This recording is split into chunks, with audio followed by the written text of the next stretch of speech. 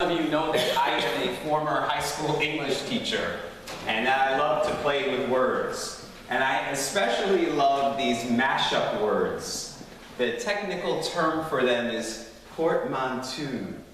Portmanteau words. I know we have some college professors in our congregation, so I want to sound smart. But I call them mashup words. And mashup words is when you take two words and you mash them together to make a new word. So for example, we all know the word brunch. It's a combination of breakfast and lunch. Or smog is a combination of smoke and fog. Those have been around with us for a while, but we keep adding a lot of new mashup words. So some of you know that blog is for web blog. Then there are TV shows that are dramedies. They're a combination of drama and comedy. And then some of you, I'm sure, can recognize what this word is, because you probably are one. A chocoholic. But as I was preparing for this week's talk, I discovered a new mashup word that I didn't know existed. And it's the word sheeple. And sheeple, as you can imagine, is a combination of the word sheep and the word people. And it describes the herd behavior of people, the herd mentality of people. Now, dictionary.com defines sheeple as people who tend to follow the majority in matters of opinion, taste, etc. And wordspy.com says that sheeple are people who are meek, easily persuaded, and tend to follow the crowd. Now, today Jesus says that we are sheep, but he doesn't say that we are sheeple. There is a difference. I think that many Christians today do behave like sheeple. They believe what they're told to believe. They vote for who they're told to vote for. And they don't really think of their own accord. When Jesus says that he's the shepherd and we are the sheep, he is not calling us to be sheeple. I mentioned a few weeks ago, people who blindly follow without thinking for themselves belong to a cult. And we don't want anybody to belong to a cult. We don't want our congregation to be a group of sheeple. That said, most of us unconsciously have some type of herd mentality or herd behavior because we've grown up in a society that has set standards on things.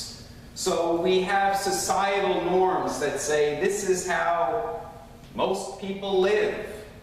These are the standards of beauty that you must live up to. This is what success looks like. These are the possessions you should amass. And we unquestioningly go through life following that herd mentality.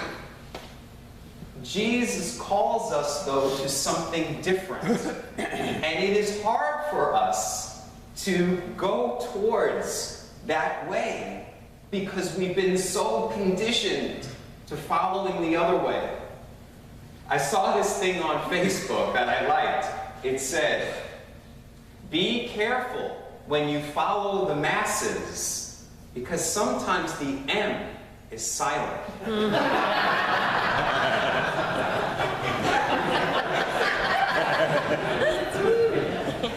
Jesus did not follow the masses. And that's why I know he's not calling us to be sheeple.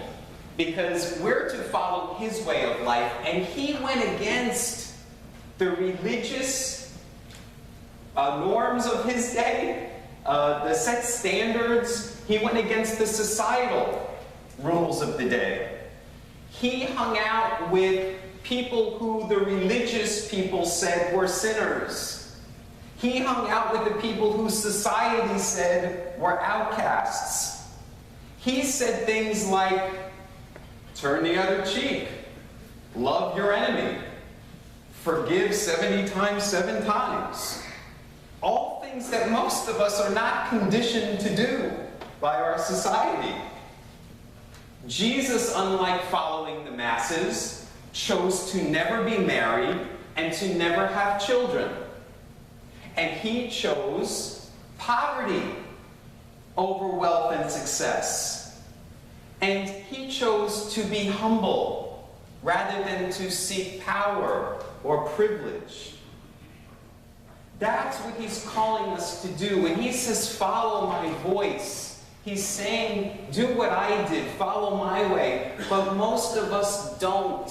Even though we call ourselves Christians, we don't do that because it seems so hard or so weird.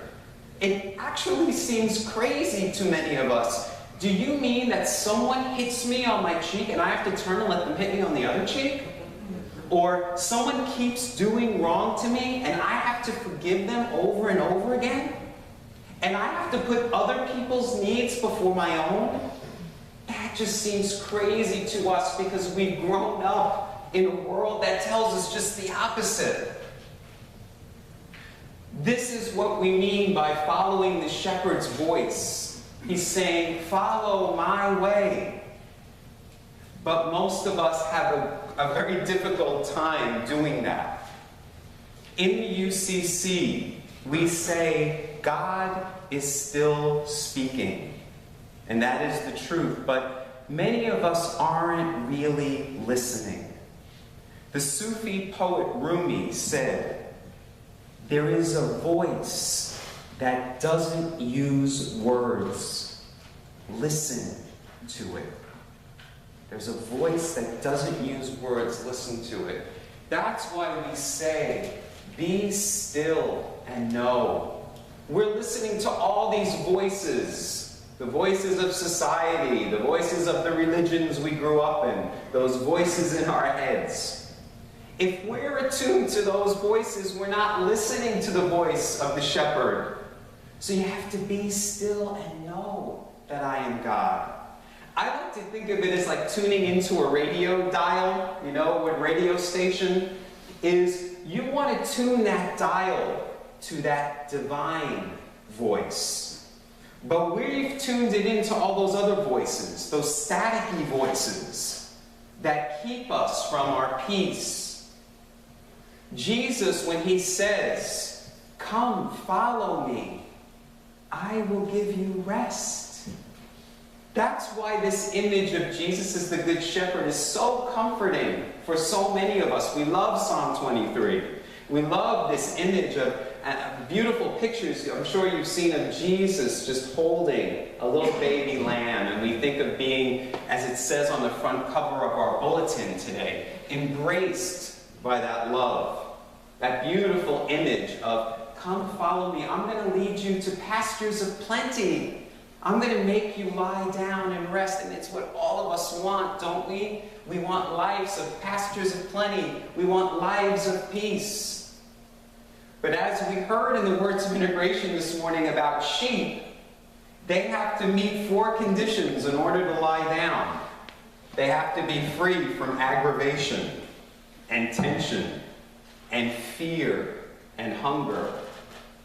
And that's us. That's why we're not living lives of peace. That's why we're not being led to pastures of plenty. If your thoughts are about fear and worry and anxiety, if the voice that you're tuned into says, you're not good enough, you're not worthy enough, you're not attractive enough, if you're tuned into that voice, you will never lie down in peace. We have got to learn how to match the frequency of that radio wave of the divinity within us. In the epistle this week, I had a little graphic of a GPS on a car, and it said that the GPS stands for God Positioning System. Yeah.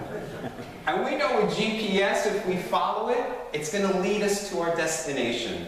We want to start following that God Positioning System, which you find within you. It's within you. But you've got to get quiet and tune out all those other voices that are leading you to other directions.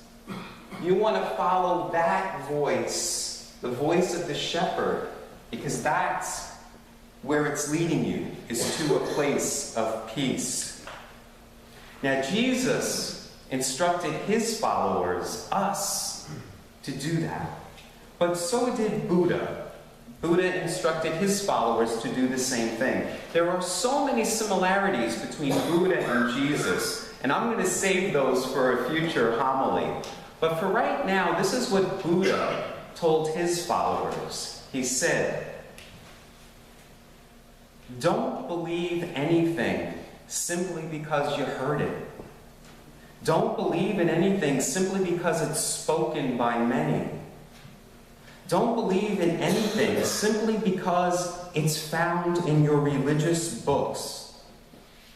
Don't believe in anything merely on the authority of your teachers and elders.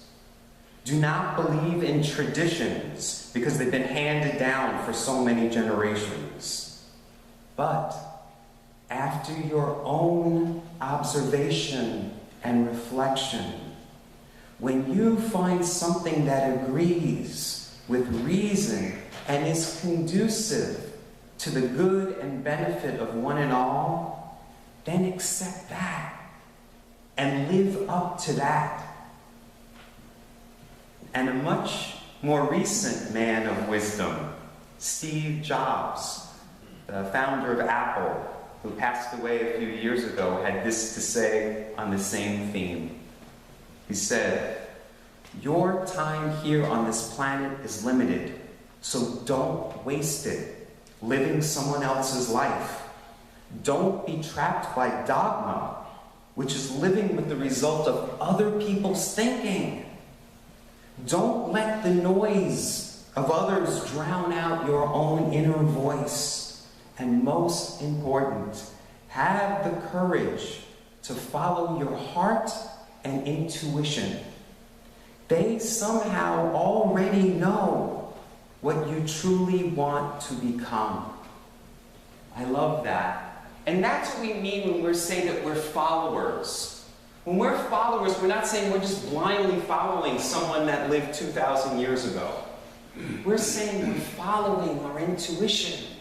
We're following our hearts. We're following that inner voice. That will always guide us if we pay attention to it. It will always guide us to peace, to pastures of plenty, where our souls will find rest. Namaste.